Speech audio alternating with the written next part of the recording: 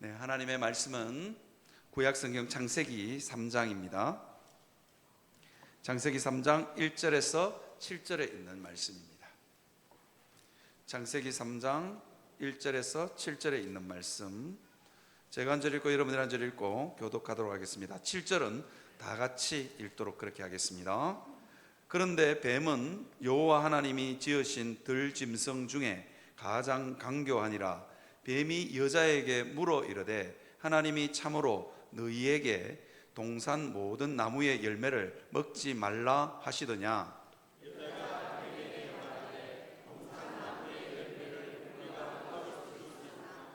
동산 중앙에 있는 나무의 열매는 하나님의 말씀에 너희는 먹지도 말고 만지지도 말라 너희가 죽을까 하노라 하셨느니라.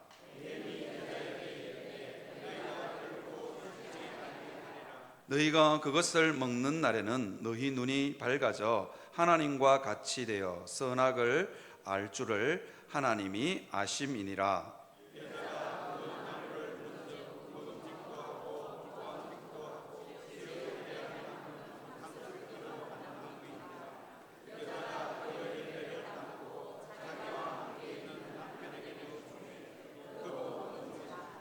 다 같이요. 이에 그들의 눈이 밝아져 자기들이 벗은 줄을 알고 무화과 나무 잎을 엮어 치마로 삼았더라. 아멘. 네, 로마서를 마치고 아마 다음 주부터는 사사기를 설교할 것 같습니다. 그 중에 한 주간이 비어서 무엇을 설교할까 고민하다가 교회가 정말 잊지 말아야 되는 본질이 뭘까? 복음 아니겠습니까? 그래서 성도는요, 사실 아무것 없어도, 그죠? 아무것 없어도 예수님이 나를 구원하셨다는 그 사실 하나만으로 기뻐하고 즐거워해야 됩니다. 그 말씀을 들을 때마다, 영혼이 살아나야 됩니다. 설교가 늘 새롭고, 설교가 그럴 수 없잖아요. 그리고 거기에 소망이 있지도 않습니다. 교회는 끊임없이 복음으로 돌아와야 됩니다. 복음이 능력 있게 각 사람의 영혼 가운데 선포될 때 이게 교회가 힘이 있는 겁니다. 해 아래 새 것이 별로 없습니다.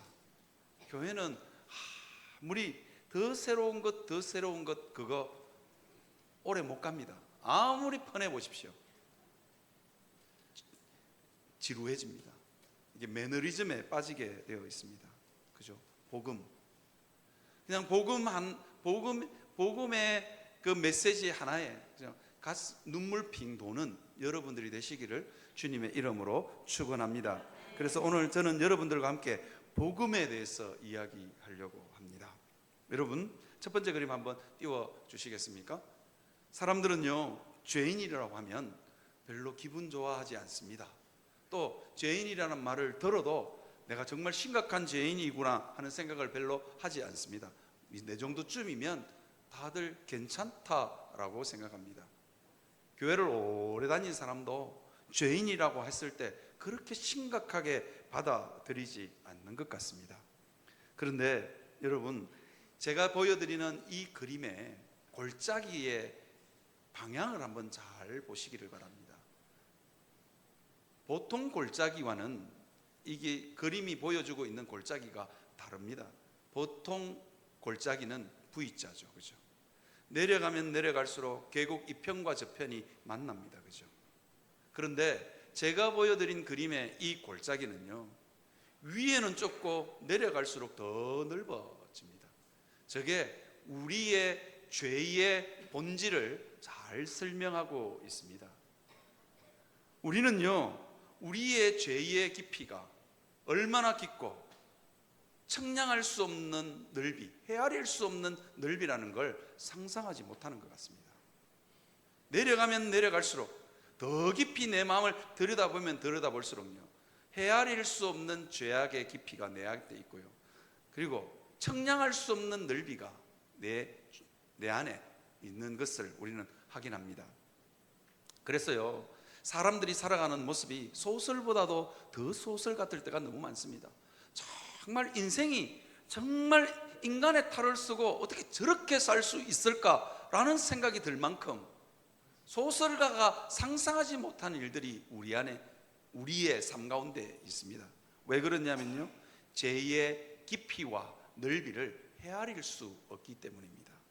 여러분, V자 계곡을 생각해 보십시오. 세상의 모든 종교는 V자로 설명합니다. 뭐냐면요, 내가 수행을 하고 돌을 닦으면 닦을수록 내 진심을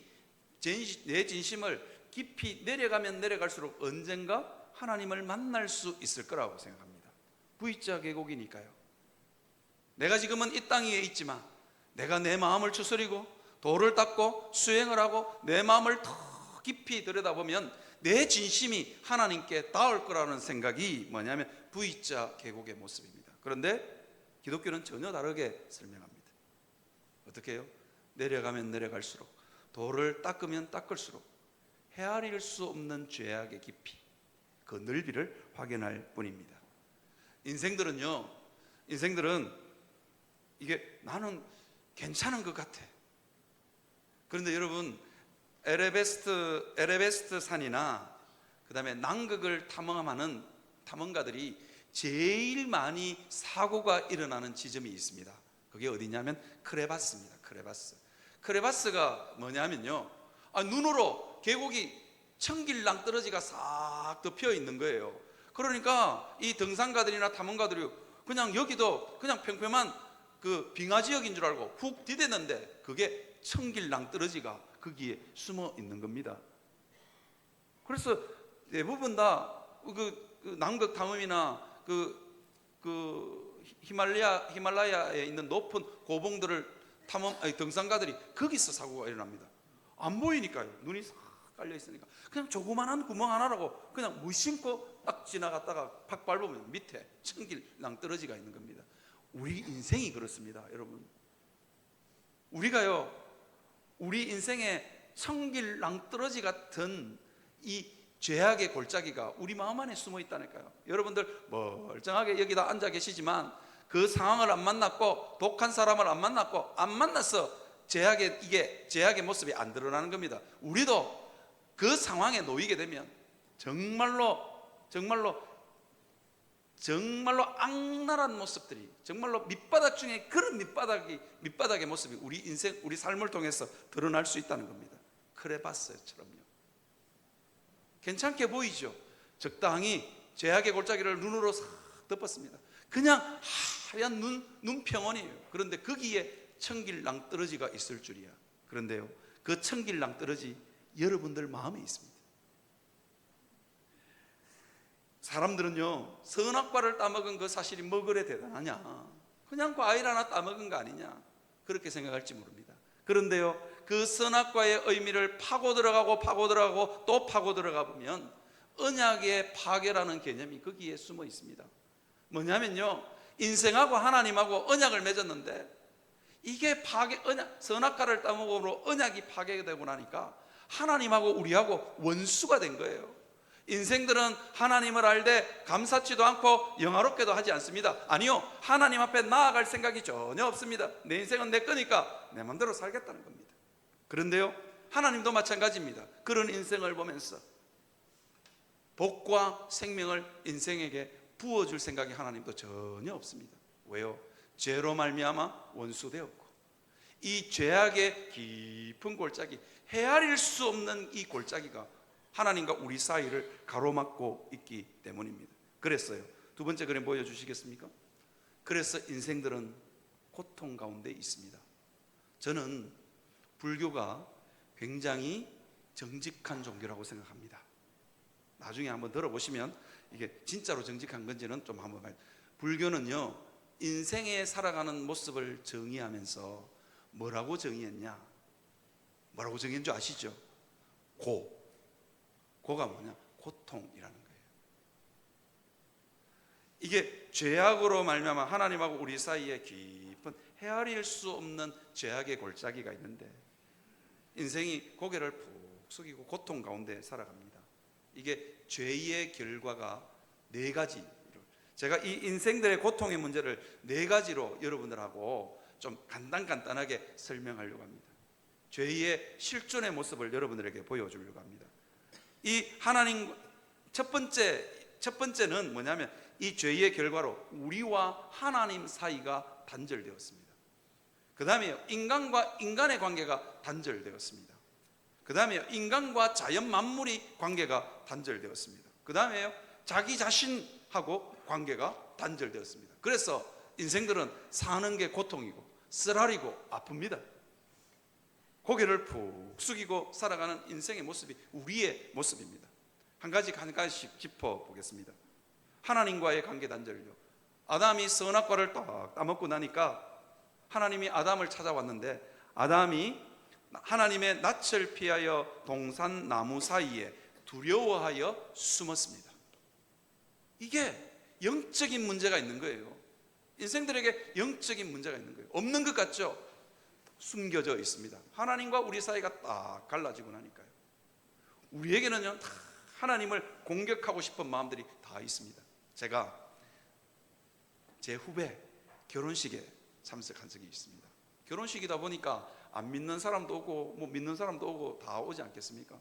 어렸을 때부터 늘 봐왔던 후배 결혼식에 참여했습니다. 후배가 자기 부인이라고 소개를 해줬습니다. 예쁘장한 새내기, 그리고 참 곱상하고 품격 있어 보이는 얼굴을 하고 저하고 인사를 했습니다. 저도 얼굴에 꽤 품격이 흐르지 않습니까? 그래서 인사를 딱 했는데 저는 이채원 목사입니다. 그러니까 이 곱상하게 생긴 새댁이 할렐루야 이러면서 저를 놀리는 거야. 와, 깜짝 놀랐습니다. 저를 이게 놀리는 거잖아요. 그래서 제가 멀뚱히 그냥 그 새댁을 쳐다봤어요. 자기도 깜짝 놀란 거예요. 아니, 그렇게 교양 있고 품격 있는 새댁이 배울 만큼 배운 사람이 사람을 앞에 놔두고 할렐루야 이러면서 저를 놀린 거예요. 이게 보이지 않는 영적인 이 하나님하고의 이 관계 단절이 가지고 있는 그 공격성이 있는 겁니다. 그 새댁이요, 얼마나 부끄러워하는지. 어이구, 한 말 안 하기를 잘했지. 그냥 멀뚱없이 쳐다만 봤습니다. 그래서 자기가 막 부끄러웠어. 막 안절부절이야. 여러분, 하나님과의 관계 단절에서 오는 고통이 이와 같습니다. 사단은요, 이 틈 사이를 탁 파고듭니다. 기도 안 하면요, 파고듭니다. 성도도 목사도 별 수 없습니다. 이 사이를 딱 헤집고 들어옵니다. 그 다음에 인간과 인간의 관계 단절에 대해서 좀 말씀드리려고 합니다. 여러분, 우리가 살아보니까 알잖아요.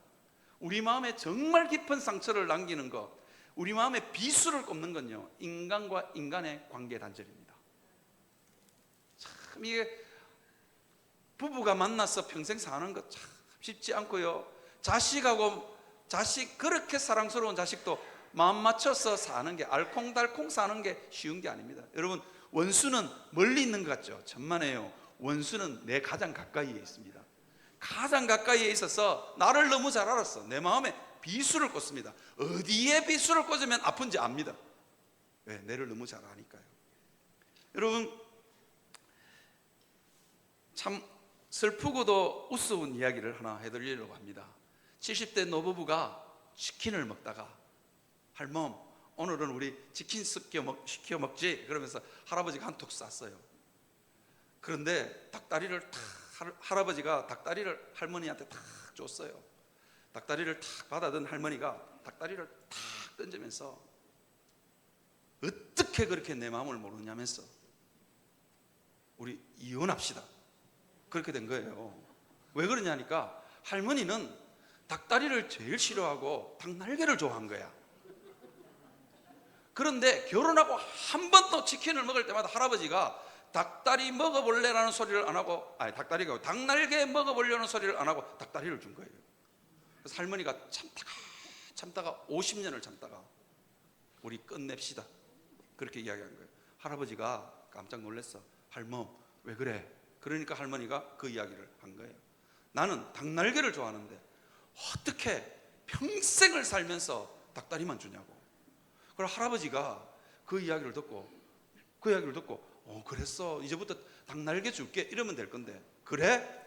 그러면 나도 속에 뭐가 들어있는지 모르는 예편네하고 못 산다, 이혼하자, 이렇게 된 거예요. 할아버지 입장도 충분히 이해가 되는 게 50년 동안 영감 닭날개 한번 줘, 그러면 내를 가지고 안 안고 그걸 안고 닭다리를 붙들고 50년 동안 자기 요구를 하면서 살았다고 생각하니까 할머니 마음속에 뭐가 들어있는지 모르겠는 거예요. 그러니까 섭섭한 거야. 할아버지도 그 말 하면 그 말 한마디 하면 되지, 그걸 안 하고 일평생 나를 저주하면서 내를 보면서 이를 갈고 살았다고 생각하니까 할머니가 무서운 거예요. 됐다, 이혼하자. 그리고는 진짜로 이혼 법정에 갔습니다. 이거 싫어합니다. 판사가 말리다가 너무 황당하잖아요. 닭다리 닭날개 별것 아닌 이 문제로 이혼하자, 황혼 이혼을 한다고 두 부부가 다 왔는데 자식들이 뜯어말기도 안 되고 판사가 뜯어말기도 안 되는 거예요. 너무 황당. 이혼시켜달라고, 더 이상 못 산다고. 그리고 진짜로 이혼 도장을 찍었다는 거 아닙니까? 사랑하는 성도 여러분, 인간관계는요, 조그마한 문제로부터 평생을 살았던 부부가 원수처럼 갈라서게 합니다.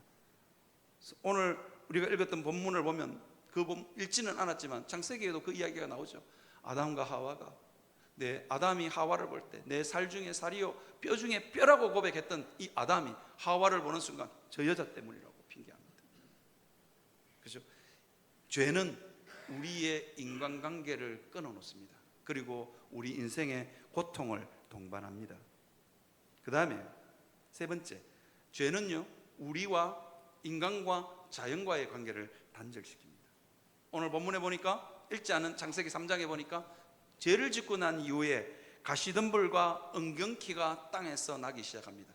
땅이 풍성한 소출을 더 이상 내지 않는 겁니다. 여러분 학교 다니실 때 경제학의 제1 원리가 뭔지 아십니까? 자원의 희소성. 공부를 좀 하신 분들은 압니다. 자원의 희소성이라고 그럽니다. 자원의 희소성은 뭐냐면 인간의 욕구는 무한대인데 자원은 유한한 거예요. 여기서 인생의 고통의 문제가 시작됩니다. 그래가지고 끌어모으고 움켜쥐고 또 움켜졌습니다. 그러면 인간이 만족하고 사느냐? 천만에요. 한계 효용의 법칙이 경제학의 이 법칙입니다. 제2 법칙입니다. 그게 뭐냐면, 아이고 끌어모았는데 끌어모아도 나중에는 아무리 끌어모아도 만족이 없어. 저는 이거 어디서 체험하냐면, 저 가끔씩 한우 먹을 때가 있습니다. 한우를 먹는데 한우 첫 번째 젓가락으로 첫 점을 탁 먹을 때, 이게 한우야 그러고 먹거든요. 역시 한우야 그러고 먹는데 배가 점점 불러오니까 아무리 한우를 갖다 입에 넣어도 어떨까요? 맛이 없어. 그렇게 맛있던 한우인데 고무줄 같아. 이게 뭐냐면 인생이 간사한 겁니다. 그래서 인간과 자연이 관계가 단절된 거예요. 그래서 우리는 살면서 가난해서 서러움, 가난해서 때로는 인생이 쓰리고 아픕니다. 부모는 자식들에게 해주고 싶은 거 다 못해줘서 마음이 쓰리고, 자녀들도 마찬가지입니다. 이 땅을 살면서 사는 게 너무 힘드니까 원망스럽고 힘들고 세상 살기가 싫어지는 겁니다. 그런데 이게 참 우리 힘으로는 안 되는 거예요. 여러분, 저는 부교육자 시절에 부목사가 되고 나서 이게 금요일날 제대로 메시지를 못 전달해서 한 번 더 전달합니다. 제가 부목사 사택 때문에 참 고생을 많이 했습니다. 사택에 곰팡이도 피고 들어가면 춥고 그러니까 사는 것 자체가 너무 힘든 거예요. 그래서 제가 그때 굳게 결심한 게 있습니다. 내가 담임 목사가 되면 부목사들에게 큰 집은 못 줘도 깔끔하고 따뜻한 집은 준다. 제가 굳게 결심했습니다. 그래서 담임 목사가 되고 우리 부목사님들한테 좀 그렇게 해주려고 싶은데 해보니까 형편이 그게 잘 안 돼. 형편이 안 되는 거예요. 그때 저도 우리 목사님 너무 하신다, 우리 장로님들 너무 하신다, 그런 생각을 했거든요. 그런데 내가 직접 해보니까 안 돼. 우리 부목사님 중에 아파트 사는 분 한 분밖에 없습니다. 제 목표는 만구 제 생각이긴 하지만 우리 부목사님들 아파트로 다 내보내는 게 제 목표입니다. 만구 제 생각입니다. 제 마음 같아서는 그러고 싶어요. 그런데 이게 교회 형편이나 여러 가지 재정 상황이 그렇게 안 되는 거예요. 이게 내 마음대로 안 되는, 그죠? 그것 때문에 우리가 얼마나 고통스럽게 사냐고요. 그 다음에 네 번째가 자기 자신과의 관계 단절입니다. 자기 자신이 사랑스럽지가 않은 거예요. 자기 자신을 보면 미워요. 부끄러워요. 여러분, 아담과 하와가 선악과를 딱 깨물고 선악과를 한 입 딱 베어 물었어요. 그전에는 벌거벗고 지내도 전혀 부끄럽지 않았습니다. 그죠? 그런데 선악과를 따먹고 아담을 쳐다보고 하와를 쳐다보니까 부끄러워. 여러분, 왜 부끄럽습니까? 하와가 아담 보고 너 벗었다고 놀리지도 않았어요. 그런데 자기 스스로가 부끄러워. 인생이 이런 겁니다. 그래서 너무 부끄러워서 무화과 나무 잎으로 치마를 만들었어. 덮어서 가렸어요. 여러분, 우리는 다 우리 자신을 감추고 싶고 우리 마음 안에는 부끄러움이 있고 수치심이 있습니다. 이거 왜 그러냐? 죄 때문에 오는 결과입니다. 그래서 때때로는 인생이 너무 부끄럽고, 그래서 내가 너무 미웠어. 내가 너무 미워서 우울감에 빠지기도 하고, 그죠? 불면증에 시달리기도 합니다. 이게 인생입니다. 우리 인생을 살아가는 모든 사람에게는 이 관계 단절에서 오는 아픔을 경험하고 삽니다. 이 아픔과 이 단절에서 오는 아픔에서 우리 모두 다는 자유로울 수 없습니다. 그랬어요. 세 번째 그림 한번 띄워 주시겠습니까? 세 번째 그림을 보면 그렇게 사는 인생들이, 고개를 푹 숙이고 사는 인생들이 이 죄의 골짜기를 한번 넘어보고 싶습니다. 자기의 힘으로, 자기의 노력으로요. 때로는 선행으로, 때로는 종교로, 때로는 도덕으로, 도덕적인 삶으로, 때로는요 많이 배웠어. 학위 같은 이 지적인 욕구를 채움으로. 어떤 사람은요 돈을 많이 끌어모으고, 어떤 사람은 장가를 몇 번이나 가더라고요. 저는 좋은 줄 알았더만 몇 번 가는 사람들은 별로 안 좋더라고요. 내보니까 그냥 한 여자가 좋습니다. 한 여자가 좋습니다. 몇 번 간 사람들 전부 다 인생 말년이 비참해지더라고요. 여러 명 부인 거느리면 좋을 것 같지만 성경에도 보니까 다윗도 불행했고 아브라함도 불행했고 솔로몬은 더 불행했고 뭐. 그래서 한 여자가 좋습니다. 그런데 이게 채워지지 않는 인생의 골짜기를 건너지 못하니 인생들이 자꾸 뭔가를 해보는 거예요. 그런데 하면 할수록 인생이 깨닫는 거 있습니다. 내 힘으로는 죽었다가 깨어나도 이 죄의 골짜기를 건널 수가 없다는 거예요. 저는 개인적으로 성철 스님이라는 스님을 참 좋아합니다. 이유가 뭐냐면 이분은 도를 제대로 닦은 분입니다. 이 자기 마음 안에 있는 이 고통의 문제, 불교에서는 고라고 하는데요, 이 고의 문제를 들고 해인사 뒤편에 그 산이 무슨 산입니까? 아이고 갑자기 기억이, 무슨 산입니까? 해인사 뒤편에 있는 산, 가야산 그죠? 가야산 깊은 골짜기에 들어가서 돌을 닦았습니다. 진짜로요, 누더기 옷을 몇 번을 기워 입은지 모르는 누더기 옷을 입고, 그 다음에 자면은 이상한 꿈도 꾸고 이러니까 앉았어요. 앉아서 잤어요. 앉았어. 장좌불화라고 8년을 그렇게 보냈습니다. 그렇게 해서 이 성철 스님이 깨달은 게 있습니다. 그게 뭔지 아십니까? 무간지옥이 나를 기다리고 있구나. 그래서 성철 스님이 마지막으로 한 말이 나는 지옥 간다입니다. 여러분, 무간지옥이 여러분 무슨 지옥인 줄 아십니까? 간격을 헤아릴 수 없는, 제가 그림 한번 보여주실래요? 그 그림 한번 그죠? 내려가면 내려갈, 돌을 닦았어 자기 인생을 들여다보고 또 들여다봤는데 뭐가죠? 무간, 알 수도 없는 깊이, 간격이 없는 지옥이 나를 기다리고 있더라고요. 그런 점에서 이분은 정직한 분 맞습니다. 그리고는 마지막 요원이 나는 지옥 간다. 이 말을 해가지고 기독교계도 시끄럽고 불교계도 시끄럽고, 도대체 이 한마디 때문에요 완전히 막 우리나라 종교계가 막 아직도 치열하게 싸웁니다. 기독교계는 봐라 성철 스님 지옥 갔다 그러고, 불교계에서는 아니라 그러고 막 오만 소리를 다 합니다. 어떻게는 무간지옥을 본 거예요. 저는요 석사 MA 논문을 뭘로 했냐면 수도원에 대해서 제가 MA 논문을 썼습니다.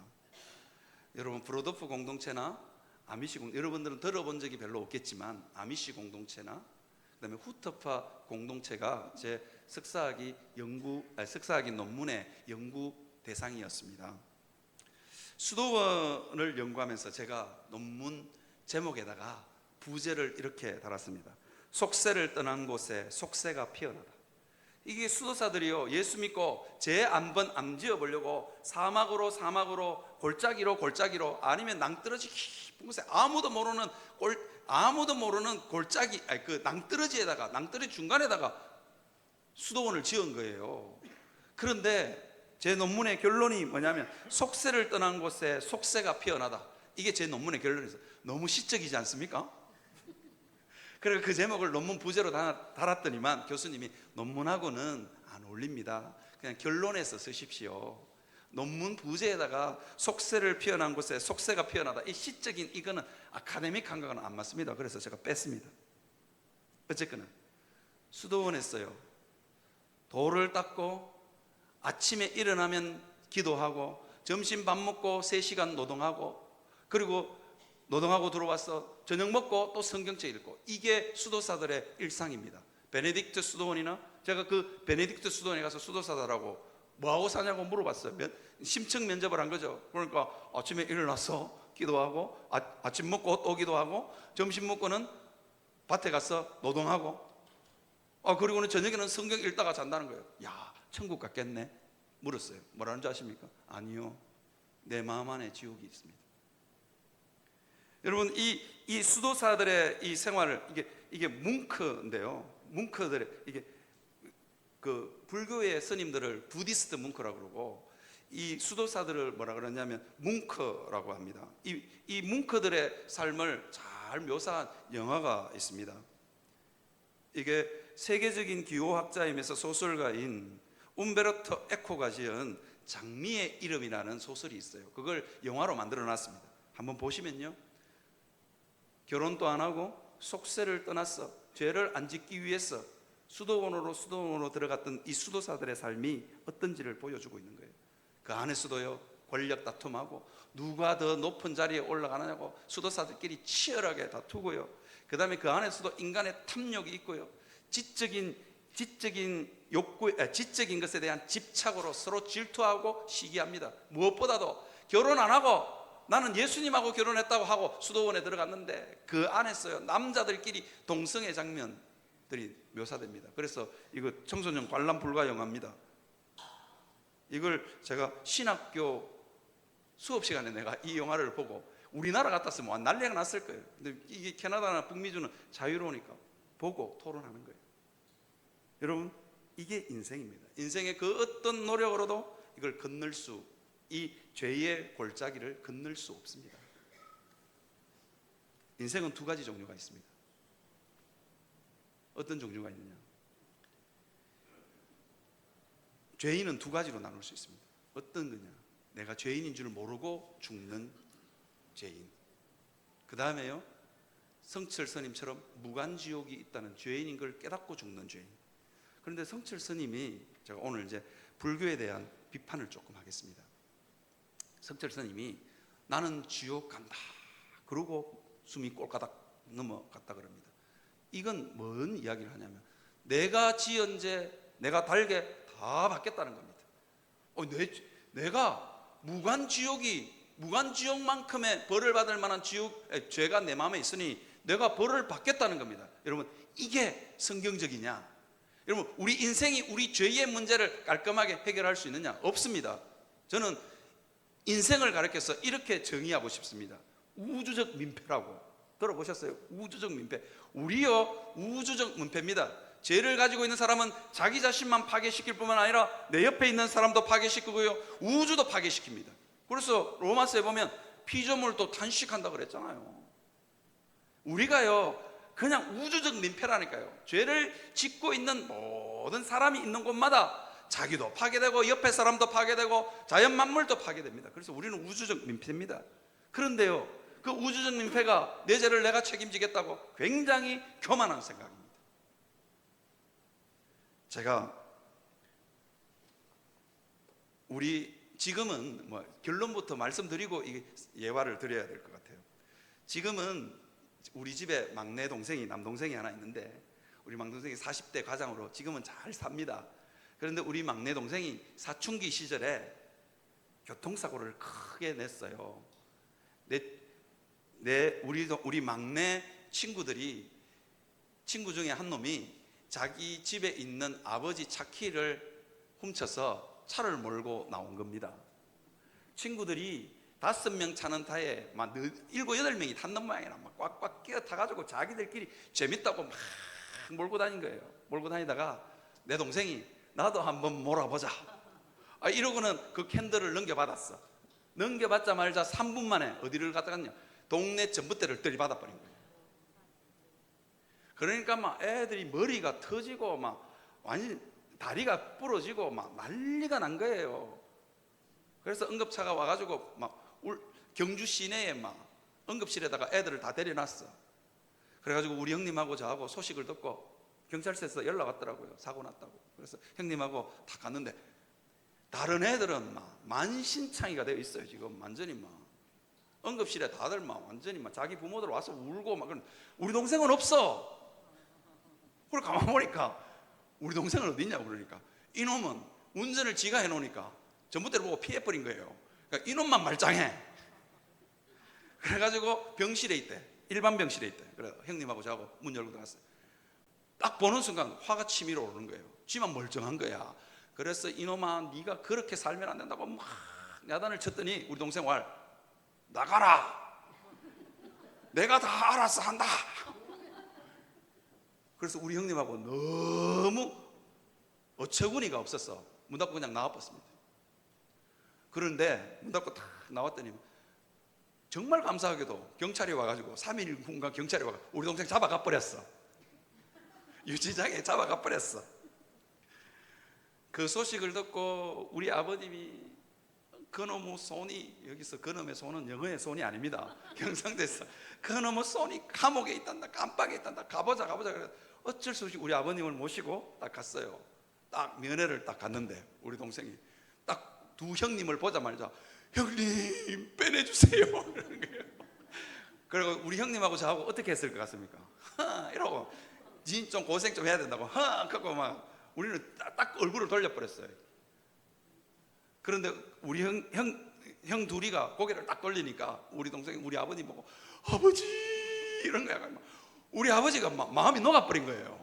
형 둘이는 고개 딱 돌리고 네 고생 좀 해봐라 이러고 있는데 우리 아버지는 막 그 괄괄한 어른이 막 우리 동생을 보고 우는 거야 막. 그러더니만 우리 아버님이 뭐냐면 내 재산 다 팔아줄 테니까 막내 저거 끌어다가 내 앞에 갖다 놔라는 거야. 그래서 우리 형님하고 지금 생각해보면 애를 키우면서 제가 느끼는 건데 그때 참 아버님한테 불효했다는 생각이 들어요. 아버지 나 놓으세요. 그러니까 막 우리 아버님이 불같이 화를 내고 아버지 나 놓으시라니까요. 시간 지나면 나온다니까요.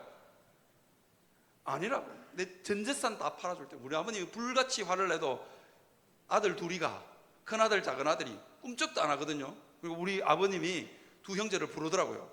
그러더만 싹싹 빌어요. 내가 촌에서 농사 지어서 아무것도 모르고 나는 깜빵 근처도 경찰서 근처도 안 가봐서 모르니까 아들 둘이한테 싹싹 빌면서 막내 아들 좀 꺼내달라는 거야. 그때 우리 형님하고 저하고 아버님이 먼저 돌아가실 것 같더라고요. 그래서 어쩔 수 없이 변호사 사서 빼내줬습니다. 할렐루야는 아니고.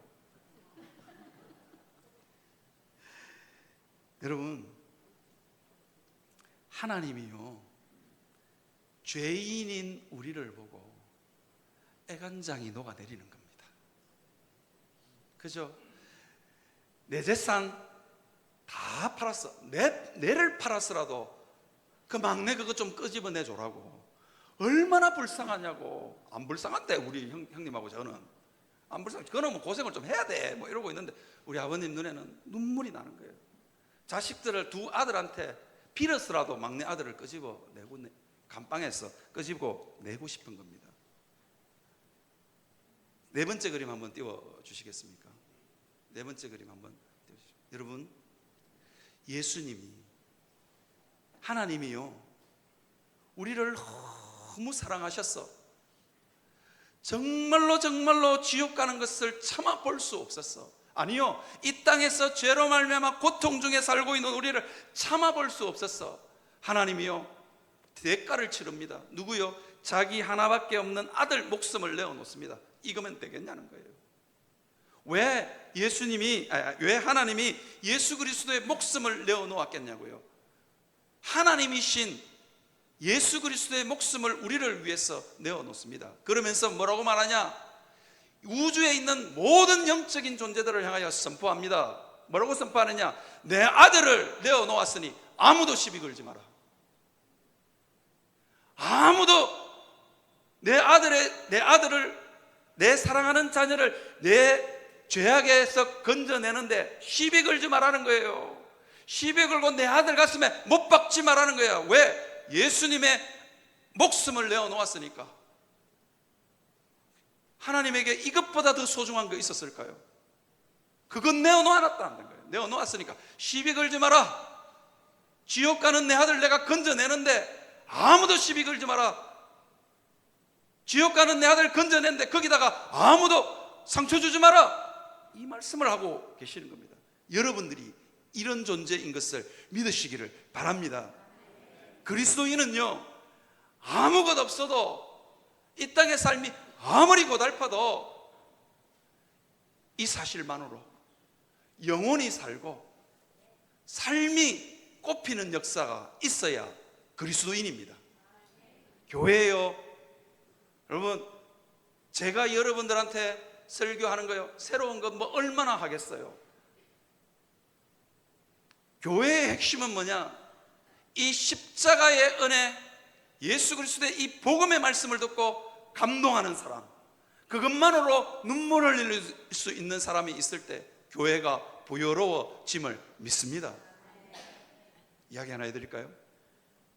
어제 저녁에, 어제 5시쯤 됐어.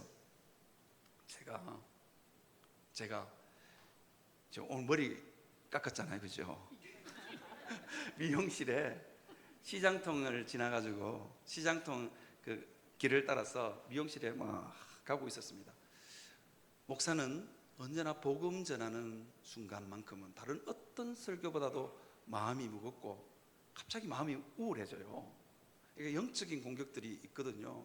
너무 무거운 거예요. 내일 복음 전한다고, 다 아는 복음, 늘 전하는 복음 아는데도 마음이 너무 무거운 거야. 사는 게 우울한 거예요.